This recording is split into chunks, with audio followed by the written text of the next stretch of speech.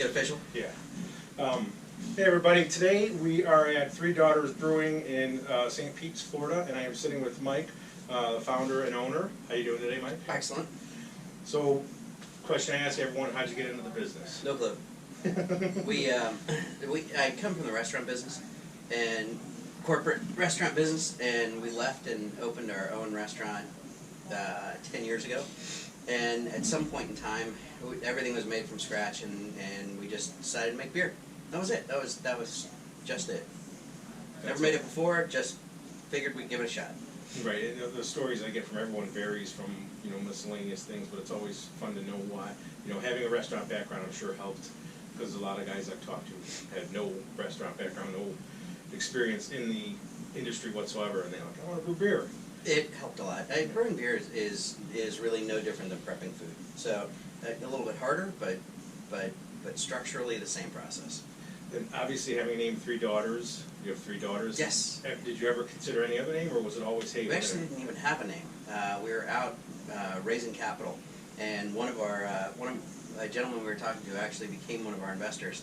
Asked us, "What are you going to name it?" And we didn't. That was the only thing we didn't have yet. And he said, "Why are you doing this?" And I had a tongue-in-cheek answer of, "Got to send 3 little girls to college one day." He said, "You should name it that." So we named it Three Daughters. Yeah, that's awesome.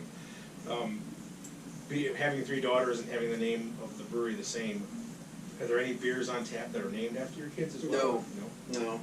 There are pictures of them up here in the office, but other than that, no one knows who they are. They're all still young.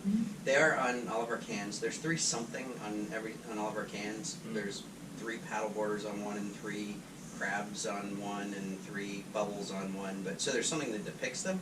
But no to the names. My wife was big about that. And you guys have been in business about 6 years now.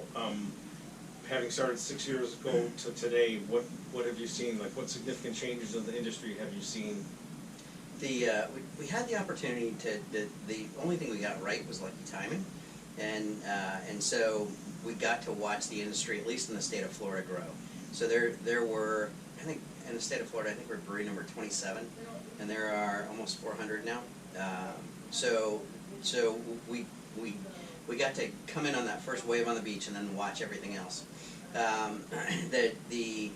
It was very easy in the beginning, and once we, as a group, kind of got big enough, and the bigger companies on the distribution side decided they'd had enough, then it got more difficult. So last year on distribution, last year is the first year that we were facing some headwind, and we'll have to figure that out. The tasting room, though, room's just been fun. It's grown every year.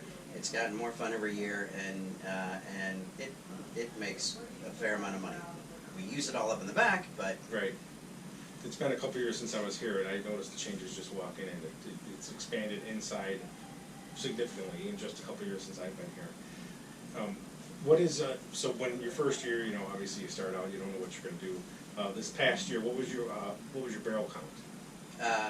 Last year we were over 15,000. 15,400, I think, somewhere right around there. And are you strictly in Florida, or do you go to other states? We're Florida only. We do send beer internationally, not a whole bunch, but we send beer to Colombia, Brazil, France, the Caribbean, and something that I'm missing. And then we contract brew. So probably between 10 and 15% of total production is contract brewed for other company, for other breweries.